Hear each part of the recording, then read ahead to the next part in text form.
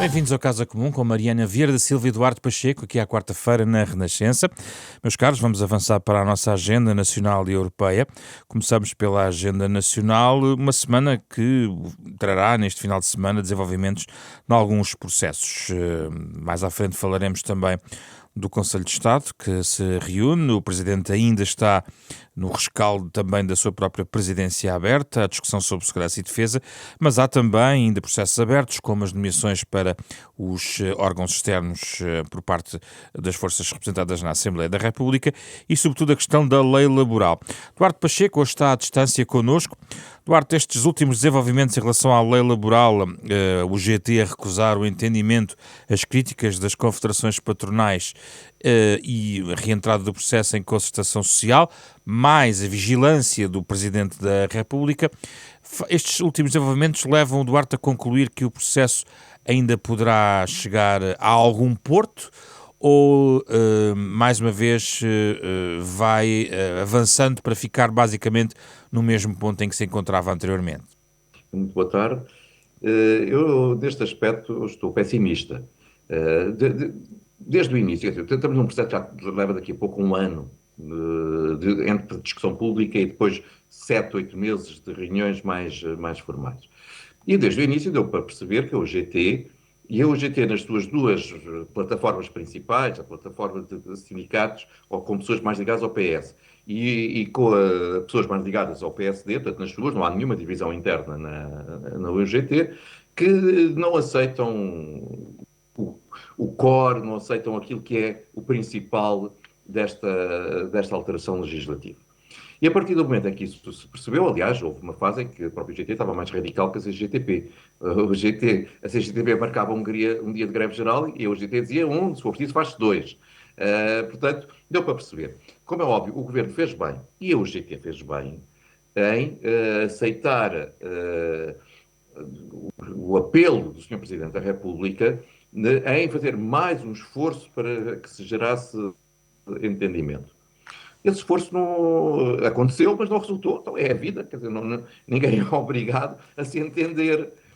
Portanto, se não tivesse o Governo e os parceiros sociais, nomeadamente o GT, não tivessem aceito prolongar, desde a posse do Sr. Presidente da República até agora, este processo negocial, isso era uma afronta ao próprio Presidente e mostrava alguma má-fé. Não. Mostraram boa-fé, sentiram esse apelo, que foi da praça pública, mas certamente também com alguma cautela feita pelo Sr. Presidente.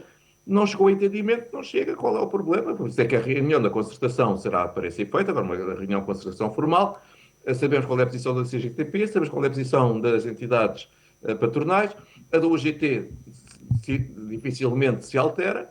Muito bem, e o Governo fica com as mãos livres para levar à Assembleia da República. Mas de que serve uma legislação com esses pontos, ou se com a rejeição dessas entidades, nomeadamente representativas dos trabalhadores? Não é a primeira vez que o governo anterior também fez isso. O governo anterior, não, liderado pelo Partido Socialista. Também houve uma proposta que não teve o ok da concertação e avançou para o Parlamento. Não há drama nenhum, porque, quer dizer, o ideal é que haja entendimento. Não vamos agora desvalorizá-lo. O ideal é que haja entendimento na concertação social, naquilo que é proposto. Porque significa que a versão que está em cima da mesa foi a meio da ponte entre aquilo que queriam entidades patronais, o governo e as entidades sindicais. Mas, se não for possível, o governo está mandatado pelos portugueses para governar. E se entende o governo que esta é uma reforma importante para o país, para poder ter o crescimento que se comprometeu com os portugueses, tem que avançar, não pode ficar refém daquilo que é a vontade de alguém, seja uma entidade sindical, seja uma entidade patronal. Fez o esforço. Pode depois ser-se perguntado se foi um esforço sincero, se foi um esforço mais forçado. Aquilo que deu para perceber é que houve muitas situações em que o governo evoluiu. Houve outras em que disse que não, porque era o principal da sua reforma e sem isso desvirtuava por completo a reforma. Pronto, muito bem. Não há entendimento. Vamos para o Parlamento e aqui o Parlamento é soberano para aprovar, para alterar e para chumbar. Mariana, as críticas à falta de diálogo por parte do Governo surgem aliás desde o início do Governo da Mariana, tem sublinhado em várias dimensões, mas a verdade é que aqui até são os próprios patrões a dizer que o processo já envolveu mais de 200 horas de reuniões e que, dizem as confederações patronais, ao ponto em que a UGT recusou agora, as propostas já tinham prometido melhorar muito substancialmente a proposta do Governo. Como é que vê a eventual aprovação de todo este processo sem o acordo das confederações de trabalhadores? Bem, eu queria ir primeiro a esse tema do se houve reuniões a mais ou a menos, ou se houve diálogo ou não houve. Para destacar uma coisa que já aqui tenho dito e que acho que é mesmo relevante. Primeiro, nós não temos 8 meses de negociações, porque aliás o problema em torno disto começou porque durante os primeiros 4 meses não aconteceu nada. Ou seja, este processo acaba por ser desbloqueado com a marcação de uma greve geral e a partir daqui está tudo errado. Porque a partir do momento em que é preciso uma greve para desbloquear uma negociação, porque durante 4 meses nada aconteceu, nada se respondeu, nenhuma reunião séria se fez, temos um problema. Em segundo lugar, este governo apostou muito em algo que me parece muito danoso até para o futuro do diálogo social no nosso país, que foi em fazer as reuniões no Ministério do Trabalho e não na Concertação Social, com um número infindável de reuniões bilaterais e não multilaterais. Ora, nós podemos concordar ou não concordar com os méritos da concertação social. Não, com os méritos da concertação social. Cada um tem o seu mérito. Não podemos chamar a isto de concertação social, porque não é a mesma coisa. Fazer reuniões com a sede no Conselho Económico e Social, onde há um trabalho que é de tipo diferente, com todos os parceiros sociais à mesa, porque repare, a UGT também fica numa posição muito complicada nestas reuniões. Eu já sei que o Governo gosta muito de dizer que a CGTP nunca chegou a acordo, não é exatamente verdade, mas é muitas vezes verdade que não assinou acordo, assinou poucos acordos ao longo do tempo, mas contribuiu muitas vezes para desbloquear situações. E ao existirem as duas centrais sindicais na sala, também é muito mais fácil para a UGT diferenciar as suas posições do que se estiverem sozinhos. E, portanto, eu acho que do ponto de vista metodológico nada podia ter sido mais errado e tivemos o auge disso agora nesta semana, com uns a dizerem que não iam, depois outros a dizerem que não iam, depois os patrões a mandarem segundas e terceiras linhas das suas confederações à reunião, deixando a ministra numa situação complicada, porque às tantas estava lá ela, o líder da UGT e representantes que não são os líderes das suas confederações patronais, não é maneira. E, portanto, isto tem sido um erro total. Mas se melhorar a proposta? Do ponto de vista dos processos. Certo, mas é que as propostas só melhoram num quadro de confiança e isto tem sido o oposto de um quadro de confiança. Bom, em segundo lugar, sobre as melhorias nas propostas. Eu tenho visto muitas notícias que dizem que o Governo se deu nisto ou naquilo. Não é isso que a UGT relata e não é isso que os documentos que o Governo manda relatam.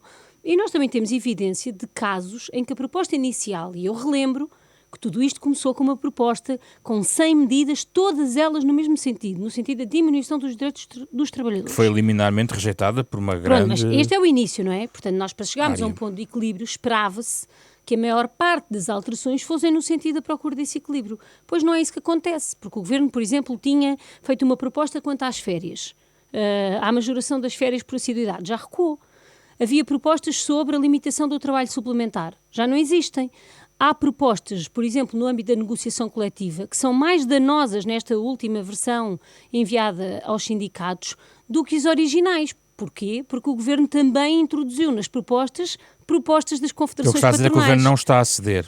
Eu estou a dizer que há pelo menos tantos sinais de recuo, ou seja, de propostas que são piores hoje do que eram no início, como alguns sinais, todos não escritos, segundo a UGT, de eventuais melhorias na legislação. E, portanto, na vida democrática, as instituições e o processo através do qual se constroem as melhores soluções não são secundários, muitas vezes são centrais. E como isto foi tudo mal feito desde o início, desde a não justificação da necessidade desta legislação até a todos os aspectos formais da negociação, correu mal. Para mim, é boa notícia que a próxima reunião seja em sede de concertação social. E acho que, ao contrário do que o Governo julga, a presença de todos os representantes de trabalhadores e de empregadores na sala ajuda ao compromisso, não o dificulta. E a exclusão de alguns em reuniões de centenas de horas, utilizando a referência das confederações patronais, não ajuda nem sequer os que estão na sala a terem uma maior facilidade de evolução. As reuniões bilaterais, antes que depois me venham dizer, sempre aconteceram. Sim, é suposto. Sempre aconteceram. A questão é que partiam daquele momento inicial e que acontecia sempre ao longo do tempo de uma negociação que não é por acaso que foi sempre no SES, que não é por acaso que envolveu sempre toda a gente, que não é por acaso que tinha sempre o Presidente do Conselho Económico e Social na sala, é porque isso propicia o equilíbrio e o compromisso. Mas admite que esse formato pode ainda mudar alguma coisa? Eu não vejo grandes sinais. Quando nós, na semana passada, temos pessoas a gritar que não vão às reuniões e depois dizem que afinal vão, mas depois afinal não vão e mandam outras pessoas. Tudo isto são sinais de que não caminhamos para o compromisso. O compromisso constrói-se. E aqui tudo o que nós vimos foi o contrário dessa vontade de compromisso. Outra questão para esta final da semana tem a ver com, enfim, um pouco o eixo agora transfere-se para Belém. O Presidente da República vai reunir o seu Conselho de Estado, teve uma presença aberta, que já na semana passada, de forma, enfim, transitória, aqui foi comentada. Agora temos o fecho da presidência aberta e também o Parlamento, neste transfer entre o Parlamento e Belém, há também a questão dos órgãos externos, incluindo também o Conselho de Estado. Nestas questões todas, começo pela questão dos órgãos externos do Parlamento, Duarte, as propostas em cima da mesa, os equilíbrios aqui alcançados, tema que debatemos aqui nas semanas anteriores, estão em linha com aquilo que é possível ou longe daquilo que era o ideal? Estou ainda a fazer aqui uma referência à matéria que estávamos a debater, só para dizer duas coisas. Porque eu acho que o Governo devia ter explicado melhor, e eu acho que essa é uma falha, do porquê da importância desta reforma para o crescimento económico e para os objetivos macroeconómicos do Governo. Eu acho que aí esse aspecto falhou, porque ainda não fez referência. Segundo, se há algum recuo ou não na proposta que vai ao Parlamento, face àquilo que até já tivesse sido acordado ou que o Governo já tivesse avançado. Eu acho isso até natural. Pelo seguinte, eu muitas vezes eu ficava irritado. Duarte, mas não é na proposta que vai ao Parlamento, é na proposta que seguiu para o GT.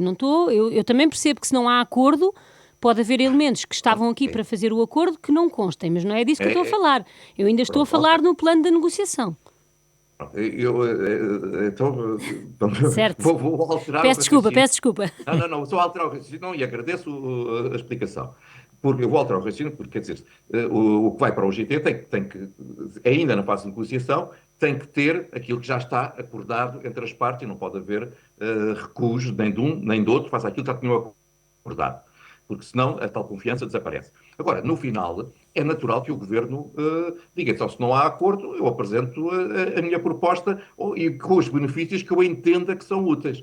Porque muitas vezes acontecia no Parlamento, por exemplo, em relatórios de comissões de inquérito, alguém que era o relator aceitava dos outros partidos propostas de alteração, mas depois que alteravam profundamente, às vezes, os relatórios, mas chegavam ao fim e esses partidos votavam contra a mesma relatório. Então, se era para votar contra, votavam contra logo a proposta inicial, escusavam-me de estar a perder tempo na lógica de estar a alterar uma coisa que depois eu, como relator, me revia e eles continuavam a votar contra. Não, aí eu entendo que o Governo deve alterar.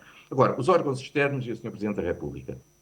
Os órgãos externos, eu acho que há o equilíbrio que era necessário e, sobretudo, fez-se aquilo que mandou bom senso, que foi fazer um adiamento da eleição para o Tribunal Constitucional. E esse adiamento eu acho que foi positivo. Eu tinha de alguma forma arvorado isso aqui, não na lógica do adiamento, mas na lógica de um compromisso que o Partido Socialista poderia aceitar, que era a próxima. Portanto, se o Governo mostrava a sua abertura, dizendo nestes três vai um de cada partido pode indicar um nome, mas fica aberto que no próximo que vier, a próxima vaga, será o PSD a indicar. E, acreditando na palavra das pessoas, porque no Parlamento há a palavra que as pessoas tendem a respeitar, esse podia ser um princípio. Mas eu reconheço que depois era mais difícil a eleição de um juiz isolado. E, portanto, a proposta de adiamento e depois fazer quatro eleições, a eleição de 4 pessoas numa mesma só vez, é mais fácil de se alcançar os 2/3, apesar de o voto ser secreto, e, portanto, acho que foi uma boa solução, porque as instituições têm que funcionar em pleno. Resta ainda perceber, eu acho que essa pode ser aqui a pimenta ou o sal destas eleições, que é perceber quem é que elege o 5º representante da Assembleia da República no Conselho para o Conselho de Estado. porque tudo indica que haverá uma lista que tem pessoas do PS e do Chega, e o PS afirmou que vai apresentar uma lista autónoma. Ora bem, pelo método Donte, a lista do PSD e Chega elege o primeiro, o segundo será eleito pelo Partido Socialista, o terceiro será eleito pelo... Desculpem, o segundo será ainda eleito pela lista PSD-CDS, o terceiro pela lista do Partido Socialista, o quarto será eleito pela lista do PSD-Chega, e depois resta saber quem é que elege o quinto. Porque se a esquerda toda votar na lista do Partido Socialista, o quinto representante será eleito dessa lista. E isso significa O que pode pôr em causa o nome de diferente. Francisca Van Dunen, penso que é o segundo nome, não é? Depois de Carlos César. E o resultado será completamente diferente para a opinião pública se ficar eleito 3 do PSD, uma pessoa do Chega e uma pessoa do PS, ou se for 2, 2, 1. E esta leitura é o sal e a pimenta que vamos esperar pela contagem dos votos para termos a certeza. Vamos lá, Mariana, então. Órgãos externos. Bom, eu concordo que houve aqui um trabalho grande de negociação e que ele foi importante e que abre, de facto, um espírito de podermos, nesta eleição para os órgãos externos, criar um certo elemento de normalidade que às vezes tem faltado à nossa vida política. Também me parece que foi positivo o adiamento para maio, não é? para maio das eleições do Tribunal Constitucional. E permita-me que diga que também acho que só foi possível este adiamento porque se tornou claro o que se estava a preparar não era uma negociação nestes termos, mas sim um acordo mais explícito entre o PSD e o Chega. E, portanto, quem é que travou isso? Foi o Presidente da República? Eu julgo que quem travou isso foi ter-se tornado claro que este acordo estava a existir e o Partido Socialista, no fundo, ter denunciado e ter explicado que isso alterava normalmente, como é normal, as relações entre os partidos no Parlamento. Não aconteceu só por acaso, aconteceu porque foi trazido o debate para a opinião pública, muita gente se posicionou, entendo que provavelmente também dentro do PSD, sobre a necessidade de ter este equilíbrio e este trabalho de, no fundo, não excluir o Partido Socialista de negociações. Eu acho que isso é relevante e também mostra que não vale a pena ficarmos muito indignados quando alguém levanta um problema, porque levantar um problema no espaço público muitas vezes é a única forma dele poder ser ultrapassado. De facto, a lista para o Conselho de Estado, pelos diferentes alinhamentos que podem existir, porque nós sabemos que o voto secreto é sempre o voto secreto, é que gera mais curiosidade sobre como é que vai funcionar no âmbito do método onde estas duas listas e os alinhamentos totais da direita ou não. E neste contexto faz sentido o secretário-geral do Partido Socialista não estar no Conselho de Estado? Eu compreendo as razões do secretário-geral do Partido Socialista, não creio que seja muito... Não creio que acrescente muito. O secretário-geral do Partido Socialista tem as suas audiências normais com o Presidente da República. Aqui, na maior parte dos temas difíceis que os Conselhos de Estado normalmente têm que se pronunciar, não creio que o secretário-geral estar dentro da reunião acrescente muito. Acho que muito mais vezes, porque na maior parte das vezes... Não está a desvalorizar o Conselho de Estado?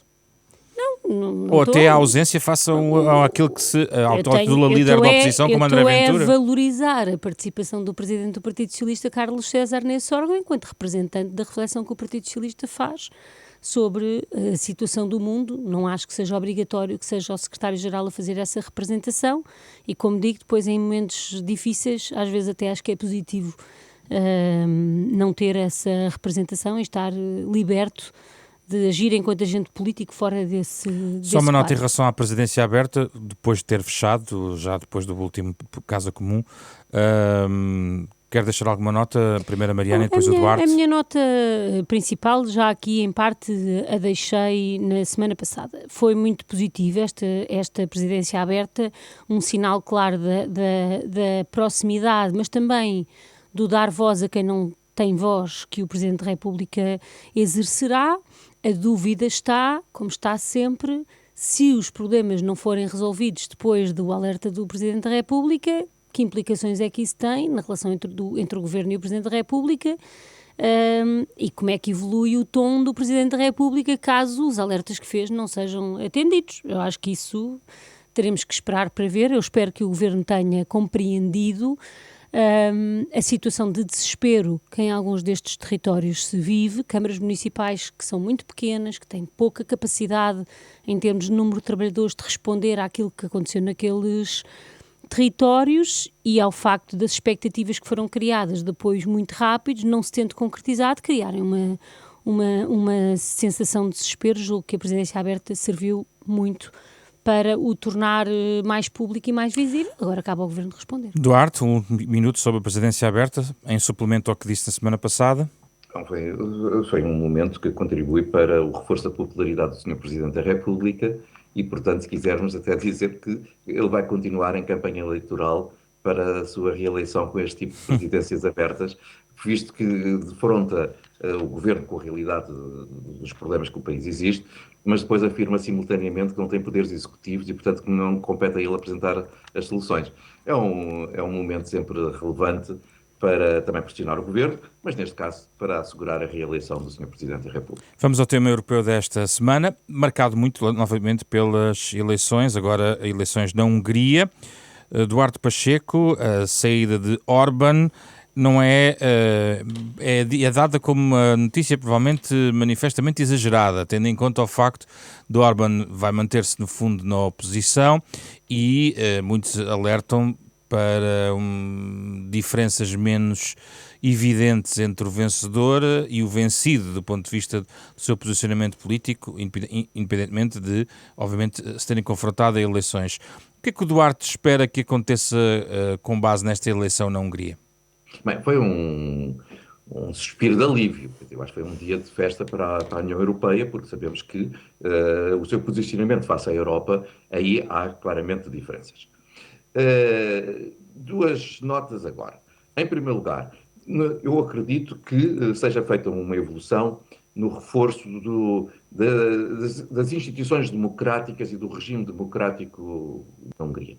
A União Europeia não interfere, e bem, se o governo é mais progressista ou é mais conservador, porque isso depende dos eleitores de cada Estado. Mas há valores fundamentais de respeito pelas instituições democráticas, pelo Estado de Direito, que aí a União Europeia e todos nós, seus parceiros, temos que defender. E claramente eles foram violados por Orbán, e isso vai ser revertido. Eu tenho confiança que vai ser revertido.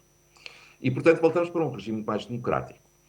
A partir desse momento, como dizia, Orbán diz que vai ficar na oposição. Se ficar na oposição e se não houver nenhuma imposição legal que o impeça de concorrer de novo, parece que há esse objetivo por parte do atual poder, ele pode voltar a ganhar eleições e se ganhar por vontade livre e espontânea dos húngaros, nós temos que respeitar. Do ponto de vista externo, e mesmo de outras áreas, nomeadamente dos valores e da agenda mais progressista que alguns europeus defendem, aí a alteração não é significativa. Aliás, é um parlamento em que a esquerda deixou de estar representada. É só para dar evidência. Portanto, nós não estamos propriamente a falar de uma evolução de alguém que vinha da extrema-direita para alguém que vem da área socialista. Não. É alguém que até há pouco tempo era membro do partido de Orbán e seu apoiante. Portanto, a evolução do pensamento sobre aquilo que é a Europa e o mundo não vai evoluir drasticamente, porque, calhar, alguns gostariam mais. Mas algumas das coisas que são ditas eu compreendo. A Ucrânia não pode ter uma via verde. Ora bem, nós temos países, para a União Europeia, nós temos países que estão a fazer o seu processo já há vários anos, o seu processo de ajustamento para poderem entrar. Eu compreendo que é quase uma ofensa a esses países dizerem vocês estão a trabalhar, mas olha, paciência, agora aguardam mais tempo porque vamos já receber a Ucrânia, apesar de não ter sido feito esse trabalho ainda. Portanto, é natural que diga via verde, não. Mas não houve uma negação da entrada da Ucrânia na União Europeia. E, portanto, a evolução é positiva, vamos ter confiança no que aí vem e, sobretudo, vamos ter um regime mais democrático e pró-europeu. Quem perdeu não foi só Orban, foi todo o movimento populista de extrema-direita, mas incluindo os seus dois cabecilhas ao nível global, Putin e Trump. Não é por acaso estavam os dois a apoiar o mesmo candidato. Mariana, uma notícia positiva com ou sem júbilo da sua parte? Não, com júbilo, e eu acho que essa é uma diferença que, enfim, que tenho gosto em ter face líderes do PSD. Esta eleição é muito positiva, primeiro porque sempre que um autoritário é derrotado num processo democrático, nós devemos festejar. E ao contrário do que tenho lido, não é incompatível ser autoritário e ter sido derrotado por um regime democrático, porque de facto as alterações constitucionais, à lei eleitoral, a inúmeros elementos da organização do Estado de Direito que Orban fez para ser quase certo que ganhava, só foi possível ser derrotado com, por exemplo, os partidos de centro-esquerda a não apresentarem candidaturas ou apresentarem candidaturas simbólicas apenas a alguns círculos para não desviarem o voto da maioria que o vencedor destas eleições precisa de ter para desmontar parte daquele regime constitucional. E, portanto, quer a derrota de Orban, quer a dimensão da maioria obtida por quem se comprometeu junto do seu eleitorado a lutar pela democracia, e eu julgo que esta é que é a questão fundamental, motivo de júbilo. Eu compreendo que alguma direita que não é capaz de escolher entre Kamala Harris e Donald Trump não compreenda porque é que para mim é fácil ser pela derrota de Orban, apesar disso ter retirado o Partido Socialista do Parlamento húngaro. Mas a razão de ser é simples, é que não só Orban é um autoritário que estava aos poucos, mas já de forma muito acelerada, em todos os planos que são os pilares do Estado de Direito e de uma democracia, a fragilizá-la, como é um dos principais financiadores de toda a extrema-direita na Europa, e, portanto, eu não tenho nenhuma dificuldade em festejar, sabendo que, na grande maioria das vezes, não vou concordar com o novo primeiro-ministro húngaro, mas vou ficar feliz de sentir, espero que essa parte não seja defraudada, que a oposição volta a ser possível na Hungria, porque aquilo que nós vivemos nos últimos anos não foi um parlamento onde fosse possível fazer oposição. E, portanto, é um dia positivo. Estávamos a precisar, porque quase todas as semanas aqui só temos temas negativos para comentar. Quanto à dimensão europeia, eu julgo que o compromisso relativamente ao Estado de Direito, fazer as correções necessárias, incluindo a Constituição, sendo cumprido, abre espaço para uma presença diferente da Hungria na União Europeia, que, mesmo sabendo que em muitos temas terá uma posição, enfim, contrária à maioria, não será uma posição de bloqueio. Orban tinha muito mais do que uma posição contrária, tinha uma posição de bloqueio do processo de decisão. Vai ser preciso muita força para fazer estas reformas. Orban deixou toda a administração pública muito controlada, o Tribunal Constitucional alterado, leis que dificultam o retomar da democracia, e também por isso acho que o júbilo é relevante. E quem não se comoveu com aquelas imagens à noite de Budapeste é porque não se comove com manifestações políticas. Além de que é uma cidade muito bonita. Fechamos com estas previsões, se calhar para acabar com as nuvens negras, do FMI. Não diria tanto no contexto nacional, que isso poderemos eventualmente também debater noutro tema, mas ele vem, no fundo, em linha com aquilo que se espera para o resto do mundo. Mas, Duarte, aí estão as previsões de eventuais, das tais nuvens negras que a guerra arrasta para a economia mundial e internacional. Que reflexões é que lhe traz o outlook do FMI nesta matéria, Duarte? Infelizmente, a mim não trouxe grande surpresa, porque já havia alguns sinais de arrefecimento. Não só na Europa, mas também na Ásia. A China deixou de ter um crescimento, de falar num crescimento superior a 5%, só para dar um exemplo. E sabemos a força que a economia chinesa tem para precisamente promover o crescimento global. Portanto, isso já havia esses sinais. Claro que com a guerra, que nós falámos aqui várias vezes, que restava de saber se era para durar 2 semanas, se era para durar quanto tempo. De facto, se fosse 2 semanas era uma coisa, se estamos a falar já em 2 meses, com o preço da energia ao preço a que está, e com outras matérias relacionadas, nomeadamente com fertilizantes também, significa que isso tem que ter impacto global. E esse impacto global, em 2 meses, significa que já 20% daquilo que era o crescimento previsto será afetado. Pior, como estamos a destruir infraestruturas que depois demora tempo a reconstruir, esse impacto não desaparece no dia em que, porventura, o conflito acabar. Vai haver ainda muitos meses ou muitos anos, nomeadamente nas infraestruturas de gás, quer do Qatar, quer do Irão, que foram danificadas e que vão demorar muito tempo a recuperar. Portanto, vêm aí ventos menos simpáticos e Portugal não fica diferente. Há uma coisa que alguns podem ver como positiva, é sempre melhor ver o lado positivo do copo, mas eu não fico tão a festejar que é o facto de nós, apesar de termos um crescimento menor que o estimado inicialmente e estimado pelo Governo, estas previsões dizem que nós crescemos mais que a média da União Europeia. E isso, pronto, ok, é o tal parte do copo meio cheio que é importante. Mas, por outro lado, nós sabemos porque é que isso acontece. É porque as grandes economias têm um peso na média da União Europeia que estão a crescer muito, muito atrás. Porque aquelas economias emergentes, que são os nossos principais competidores, continuam a crescer, grande parte delas mais do que nós. E, portanto, aí vem a parte do copo meio vazio. E nós crescemos mais que a média, sim, mas não porque os nossos competidores estejam piores do que nós, mas porque aquelas grandes economias que depois influenciam a média, essas sim é que estão a crescer menos. Portanto, é natural, vamos passar aqui agora algumas dificuldades, e isso depois terá, quer isto, quer aquilo que aconteceu com as intempéries, repercussões ao nível orçamental, e o Governo já assumiu um déficit. Vamos ver se ficará acima ou abaixo dos 0,5, como disse o Ministro das Finanças esta semana. A manta não chegará para tudo. Mariana, do ponto de vista europeu, o que é que poderá ficar para trás?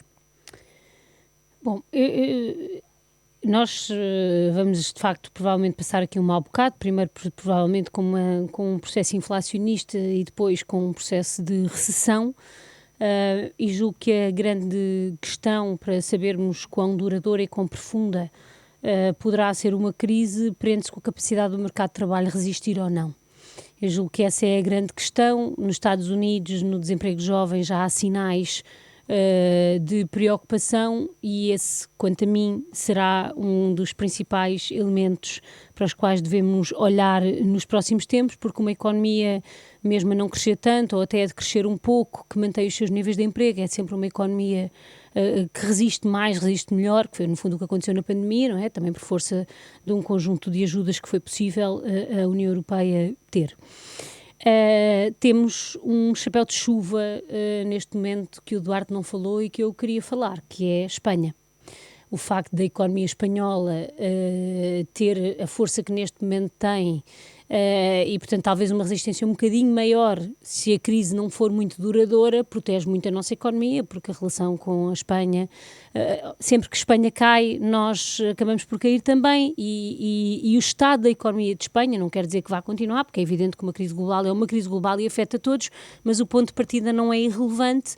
E, portanto, as políticas económicas do Primeiro-Ministro Pedro Sánchez têm resultado em crescimentos, esses sim, muito acima da média europeia, e eu queria destacar isso porque acho que isso será fundamental, principalmente se a crise for menos longa do que a partir de agora conseguimos antecipar.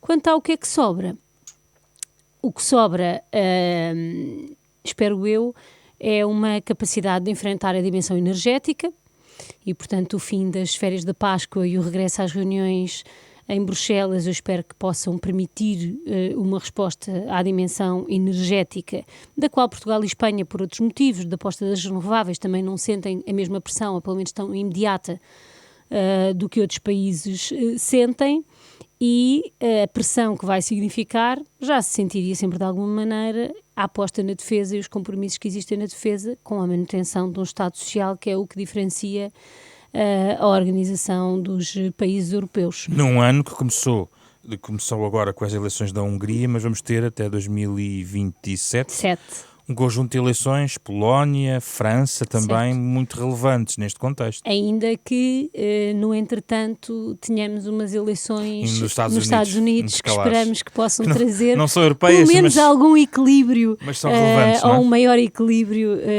na política americana, ou uma maior previsibilidade, e como sabemos a instabilidade que Donald Trump traz ao mundo está na base de quase todas estas mudanças e recessões económicas de que falamos.